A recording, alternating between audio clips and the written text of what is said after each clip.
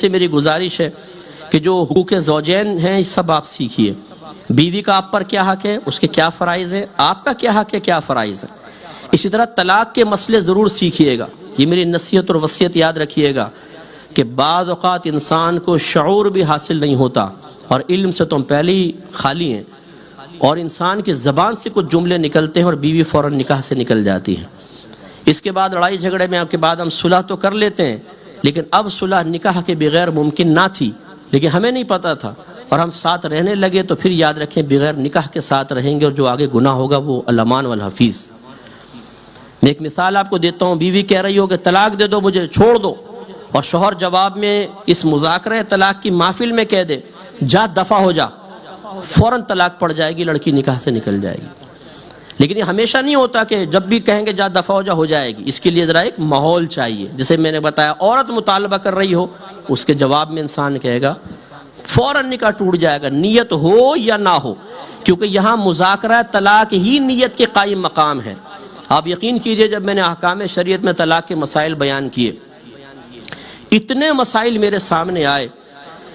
ایک مسئلہ تو ایسا آیا کہ 20 سال پہلے شوہر نے طلاق دی تھی، 20 سال پہلے، اور ان کو پتہ نہیں تھا. مثلا لڑکی نے مجھے کہا کہ میرے شوہر نے 3 طلاقیں دی. میں نے کہا تم نے تو طلاق دے دی ہے، زبان سے طلاق دی. تو شوہر نے کہا کہ ارے بے وقوف، زبان سے طلاق کوئی ہوتی ہے، لکھ کر ہوتی ہے. تو کہنے لگے میں بھی جاہل، شوہر بھی جاہل، ہم ساتھ رہ رہے ہیں، 20 سال ہو گئے ہیں، کتنی اس دوران بچے پیدا ہوئے ہیں. آج مفتی صاحب پتہ چلا ہے کہ لکھنے کے بعد کا زبان سے طلاق دینا اصل ہے، لکھنا تو اس کا قائم مقام ہوتا. تو اب میں علیحدہ ہوئی ہوں. ایسی ایک شخص نے پوچھا کہ جی وہ میں نے اپنی بیوی کو طلاق دی تو میری ماں رونے لگی کہ یہ تو نے کیا کر دیا، بہو کو طلاق دے دی. تو میرے ابا جان آ گئے. ابا جان نے کہا کیا مصیبت آ گئی؟ تو میری امی نے کہا کہ ارے بیٹے نے طلاق دے دی ہے. تو ابا جان نے پوچھا کیسے دی ہے؟ تو کہا کہ یوں کہا ہے میں نے اس کو طلاق دی، میں نے اس کو طلاق دی. تو کہنے لگا میرے ابا جان نے کہا اس طرح کوئی طلاق ہوتی ہے؟ دیکھو میں دے کے بتاتا ہوں. کہنے اپنی بیوی کا تجھے میں نے طلاق دی اور کہنے لگے بتا کچھ ہوا؟ یعنی وہ بابا جی سمجھ رہے تھے کہ میں نے تو طلاق دی، بم پھٹے گا، سب چھت وت گرے گی، پھر دوبارہ طلاق دیں گے، دیواریں ہلیں گی، پھر کچھ ہوگا. وہ بہو تو گئی تھی، اپنی بیوی بھی گئی ہاتھ سے. یہ جہالت کا نتیجہ ہے. ایسے ہی ایک لڑکے نے 3 طلاقیں دی. وہ لڑکی نے مجھے بتایا کہ مفتی صاحب میری ساس کسی مولوی صاحب کے پاس چلی گئی، اور میں آپ سب سے گزارش کرتا ہوں کہ دیکھیں داڑھی رکھنا سنت واجبہ ہے، ضرور رکھیے. اور یہ مت سوچئے کہ جی مجھے علم نہیں ہے تو داڑھی رکھنے کا کیا فائدہ. آپ داڑھی رکھیں، لیکن کبھی بھی کوئی آپ سے مسئلہ معلوم کرے، اگر نہیں آتا اس میں شرم کی کوئی بات نہیں ہے. آپ کہیں کہ مجھے معلوم نہیں. اللہ کرم ہے کہ ہم بھی شرم نہیں کریں گے. اگر ہمیں مسئلہ معلوم نہیں ہم کہیں گے ہم دیکھ کے بتا دیں گے، ہمیں معلوم نہیں ہے. یہ ایک عالم کی شان ہوتی ہے، یہ کوئی مطلب نکمہ پن نہیں ہے. امام مالک رحمۃ اللہ علیہ کے شاگرد کہتے ہیں کہ جو امام مالک نے سوالات کے جواب میں لا ادری فرمایا، اگر ہم ان اقوال کو جمع کر دیں تو کئی رجسٹر بن جائیں گے. لا ادری مینز میں نہیں جانتا. تو اب ہوا کیا، کہتی ہیں کہ وہ ساس صاحبہ کسی حافظ صاحب کے پاس چلی گئیں اور ان کو کہا جی میرے بیٹے نے 3 طلاقیں دے دی. اس نے کہا جی کوئی بڑا پرابلم نہیں ہے، 60 مسکینوں کو کھانا کھلائیں، تمام طلاقیں ختم ہو جائیں گی. کہہ لیں گے میری ساس نے کھانا کھلایا، ہمارے گھر آ کے کہا ہم نے مولوی صاحب سے معلوم کر لیا ہے، بیٹی کو بھیج دو. کہیں گے میں چلی گئی اور آج تک گھر میں زنا ہو رہا ہے. کیونکہ 3 طلاق کے بعد بغیر حلالہ کے تو ساتھ نہیں رہ سکتے، وہ زنا ہے. جو پیدا ہوں گے بچے ولد الزنا ہوں گے. آپ یقین کیجئے میری 26 سالہ زندگی میں چونکہ ایز اے مفتی ورک کر رہا ہوں اور پورے ورلڈ سے مجھے میلز آتی ہیں، گھروں کے اندر زنا ہو رہے ہیں، گھروں کے اندر، اور پتہ نہیں ہے. میں آپ سے گزارش کرتا ہوں ایک تو اپنا محاسبہ کر لیں، دوسرا اپنے بچوں کی فکر کریں. اگر آپ نے اپنے بیٹے بیٹی کو مسئلہ نہیں سکھایا اور سنجیدگی اختیار نہیں کی تو اللہ نہ کرے، میں دعا کرتا ہوں کہ ایسا کبھی نہ ہو، لیکن آپ کے اس بات کو پسند کریں گے کہ آپ کی بیٹی کم علمی میں زنا کرتی رہے نادانستہ طور پر، یا آپ کا بیٹا ایک زانی کی زندگی گزارے؟ یقیناً پسند نہیں کریں گے. لیکن یہ یاد رکھیں کہ جس نے نبی کریم صلی اللہ علیہ وسلم کے احکام کو معمولی سمجھ کے پس پش پھینکا، وہ اس قسم کی مصیبتوں میں گرفتار ہو ہی جاتا ہے. اس کے بعد پھر گناہوں کی معرفت. یہ 3 چیزیں آپ کو حاصل کرنی ہیں: عقیدے کا علم، احکام شرعیہ عملیہ. اب مثلا ایک میں بات اور عرض کر دوں، بہت سارے یہاں بزنس مین بیٹھے ہوں گے، لیکن کیا آپ نے تجارت کے اسلامک لاز پڑھے ہیں؟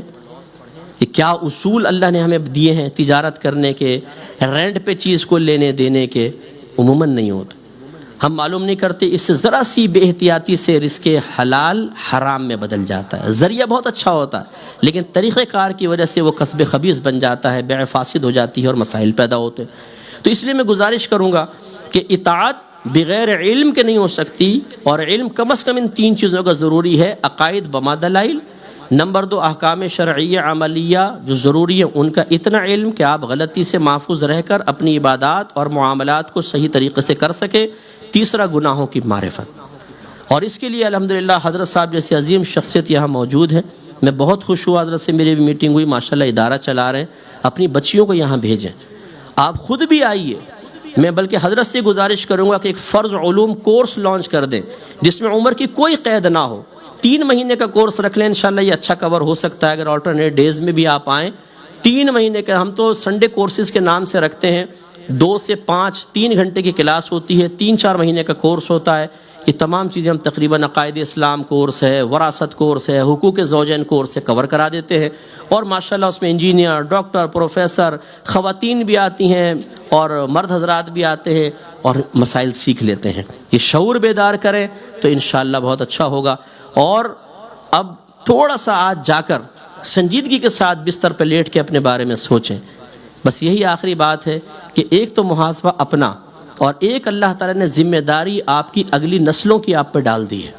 یا ایھا الذین آمنوا قوا انفسکم واہلکم نارا وقودھا الناس والحجارہ, اے ایمان والو اپنے آپ کو اور اپنے گھر والوں کو جہنم کی اس آگ سے بچاؤ جس کا ایندھن آدمی اور پتھر ہے. تو یہ چیزیں آپ کو بھی سیکھنی ہے, اپنے گھر والوں اور بچوں کو بھی سکھانی ہے.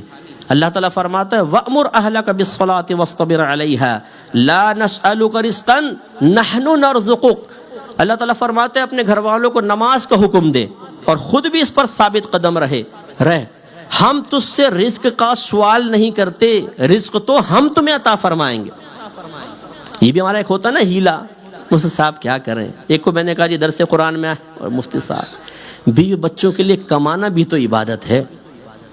تو میں نے کہا کہ بھی عبادت ہے, ہی عبادت نہیں ہے. بھی اور ہی میں فرق ہوتا ہے نا. جیسے آپ کہیں کہ جی چاول بھی لے لیجئے, اس کا مطلب ہے پہلے کوئی سالن وغیرہ کھا رہے ہیں تو بھی, پہلے کچھ ہوتا ہے پھر بھی. اور اگر میں کہوں چاول ہی لیجئے, اس کا مطلب اور کچھ نہیں صرف یہ. تو اب یہ کہتے ہیں جی کمانا بھی تو عبادت ہے. تو اگر بھی عبادت ہے تو پھر تو آپ کو دوسرے کام بھی کرنے ہوں گے, لیکن مراد لے رہے ہیں ہی عبادت ہے. بس کمائی میں لگ جاؤ, بچوں کا مستقبل بہتر بناؤ, انہیں تربیت سے عاری رکھو, اور کل سر پکڑ کے بیٹھ جاؤ جب وہی اولاد معاذ اللہ غیر مسلم سے شادی کر رہی ہو, وہی ڈرگس کی طرف چلی جائے, وہی ماں باپ کی آنکھوں میں آنکھیں ڈال کے بدتمیزی کر رہی ہو, پھر احساس ہوتا ہے کہ جب ہم نے ایک عمر تھی ان بچوں کو سکھانا تھا اور دین کو معمولی سمجھ کر نبی کریم صلی اللہ علیہ وسلم کے احکامات کو بوجھ سمجھ کر خود بھی بے عمل رہے اور بچوں کو بھی اس سے دور رکھا, آج اس کا وبال ہم بھگت رہے ہیں. کتنے گھرانے ایسے ہیں, ماں باپ روتے ہیں ہمارے سامنے, یقین کریں آنسوؤں سے روتے ہیں, استاد دعا کریں بیٹا آوارہ گرد ہو گیا. مذہب بدل لیے ہیں بچوں نے, لڑکیاں غیر مسلمین سے نکاح کر رہی ہیں. آپ بھی جانتے ہیں, اللہ نہ کرے ہمارے گھروں میں ایسا ہو, لیکن اگر ہم نے سنجیدگی اختیار نہیں کی اور اپنے آقا صلی اللہ علیہ وسلم کی غلامی کا حقیقی ثبوت نہ دیا اور اپنے آقا کے احکام کو معمولی سمجھ کر چھوڑنے کی عادت بد کو ترک نہ کیا, تو اللہ نہ کرے ایسی کوئی چیز میرے آپ کے سامنے بھی آ سکتی ہے. اللہ تعالیٰ سے دعا ہے کہ رب کریم جو کچھ ہم نے سنا اسے ذہن میں محفوظ رکھنے, دوسروں تک پہنچانے, عمل پیرا ہونے کی توفیق عطا فرمائے. آمین. وآخر دعوانا ان الحمد للہ رب العالمین.